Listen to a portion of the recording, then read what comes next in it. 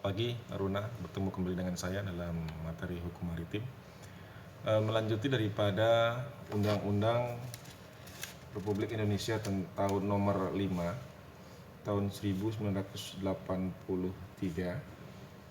ya, tentang zona ekonomi eksklusif Indonesia ya.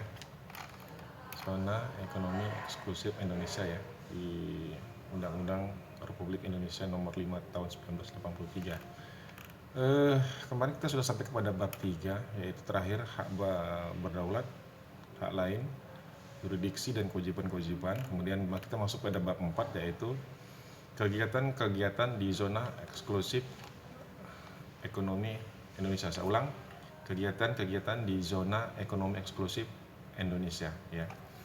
Di pasal 5 dikatakan dengan tidak mengurangi ketentuan daripada pasal 4 ayat 2, barang siapa melakukan eksplorasi dan atau eksplorasi sumber daya alam atau kegiatan-kegiatan lainnya untuk eksplorasi ataupun persetujuan internasional tersebut, dan juga dengan tidak mengurangi ketentuan ayat 1, eksplorasi ataupun eksploitasi sumber daya alam hayati harus mentaati ketentuan tentang pengelolaan dan konservasi yang ditetapkan oleh pemerintah Republik Indonesia. Dengan tidak mengurangi ketentuan pasal 4 ayat 2 tersebut, eksplorasi dan eksploitasi suatu sumber daya alam hayati di daerah tertentu di zona ekonomi eksklusif Indonesia oleh orang ataupun badan hukum atau pemerintah negara asing dapat diizinkan jika jumlah tangkapan yang diperbolehkan oleh pemerintah Republik Indonesia untuk jenis tersebut melebihi kemampuan Indonesia untuk memanfaatkannya. Misalnya perikanan ya, misalnya kan butuh banyak nih sumber daya alam kita untuk usaha perikanan. Nah, ketika kita tidak sanggup untuk mengeksplorasi dan mengeksploitasi, maka itu diizinkan oleh pihak lain dengan melalui suatu izin dari pemerintah Indonesia, itu diizinkan. Dan di pasal 7 dikatakan, di bab 4 pasal 7, barang siapa melakukan kegiatan penelitian ilmiah di zona ekonomi eksklusif Indonesia harus memperoleh persetujuan terlebih dahulu dari dan dilaksanakan berdasarkan syarat-syarat yang ditetapkan oleh pemerintah Republik Indonesia. Di pasal 8 dikatakan, nah, barang siapa melakukan kegiatan-kegiatan di zona ekonomi eksklusif Indonesia wajib melakukan langkah-langkah untuk mencegah, membatasi, mengendalikan, dan menanggulangi pencemaran lingkungan laut. Yang kedua, pembuangan di zona ekonomi eksklusif Indonesia hanya dapat dilakukan setelah memperoleh keizinan dari pemerintah Republik Indonesia. Di pasal lanjut pada pasal 9 atau bab 5, ini perihal tentang ganti rugi ya.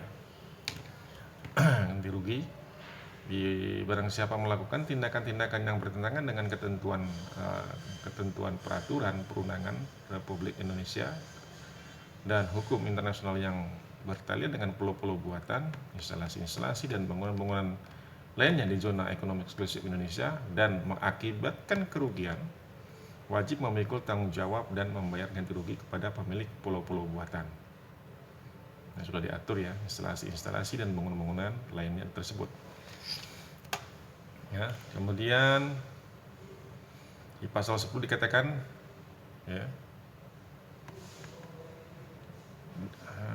dengan tidak mengurangi ketentuan pasal 7, barang siapa di zona ekonomi eksklusif Indonesia melakukan tindakan-tindakan yang bertentangan dengan ketentuan peraturan perundang-undangan Republik Indonesia dan hukum internasional yang berlaku di bidang penelitian ilmiah mengenai kelautan dan mengakibatkan kerugian, wajib memikul tanggung jawab dan membayar ganti rugi kepada Republik Indonesia. Dan di pasal 11 dikatakan dengan tidak mengurangi ketentuan pasal 8 dan dengan memperhatikan batas ganti rugi maksimum tertentu. Nah, barang siapa di zona eksklusif Indonesia menyebabkan terjadi pencemaran lingkungan laut ataupun perusakan sumber daya alam, memikul tanggung jawab mutlak dan membayar biaya rehabilitasi lingkungan laut dan atau sumber daya alam tersebut dengan segera dan dalam jumlah yang memadai. Nah, dikecualikan dari tanggung jawab mutlak sebagaimana dimaksud dalam ayat 1 jika yang bersangkutan dapat membuktikan bahwa pencemaran lingkungan laut dan atau perusakan sumber daya laut terjadi karena akibat dari suatu peristiwa alam yang berada di luar kemampuannya. kerusakan yang di seluruhnya ataupun sebagian disebabkan oleh perbuatan ataupun kelalaian pihak ketiga. Nah, seperti ini ya. Terus bentuk, jenis dan besarnya kerugian yang timbul sebagai akibat pencemaran lingkungan laut dan atau perusakan sumber daya alam ditetapkan berdasarkan hasil penelitian ekologis. Demikian ini saja yang bisa saya sampaikan kepada kamu semua yang singkat seperti ini, semoga ini bermanfaat ya, yaitu tentang kegiatan-kegiatan di zona ekonomi eksklusif Indonesia. Itu ada beberapa pasal, kemudian perihal ganti rugi di bab kelima juga demikian juga. Tugasmu seperti biasalah meringkas apa yang sudah saya sampaikan ini, dicatat dalam buku latihan kemudian dikirimkan ke classroom. Untuk mempermudah nanti kamu mempelajari masalah hukum maritim ini, yaitu kamu silakan mendownload Undang-Undang Republik Indonesia Nomor 5 Tahun 1983 tentang Zona Ekonomi Eksklusif Indonesia. Itu di-download aja di Google, bisa kamu lihat di Google, kemudian kamu download Undang-Undang Republik Indonesia. Jadi kamu ketik Undang-Undang Republik Indonesia Nomor 5 Tahun 1983 tentang Zona Ekonomi Eksklusif Indonesia. Nah, nanti kamu download, kamu simpan sebagai file pembelajaran untuk hari ini. Itu tugasmu adalah seperti itu.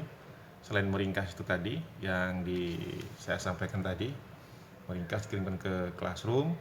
Kemudian tugas tambahan yang kedua adalah untuk mendownload Undang-Undang Republik Indonesia Nomor 5 Tahun 1985 tentang Zona Ekonomi Eksklusif Indonesia. Demikian yang bisa saya sampaikan, lebih kurang saya mohon maaf. Semoga ini bermanfaat. Sampai ketemu lagi pada pembelajaran yang akan datang. Selamat pagi, sampai ketemu. Bye-bye.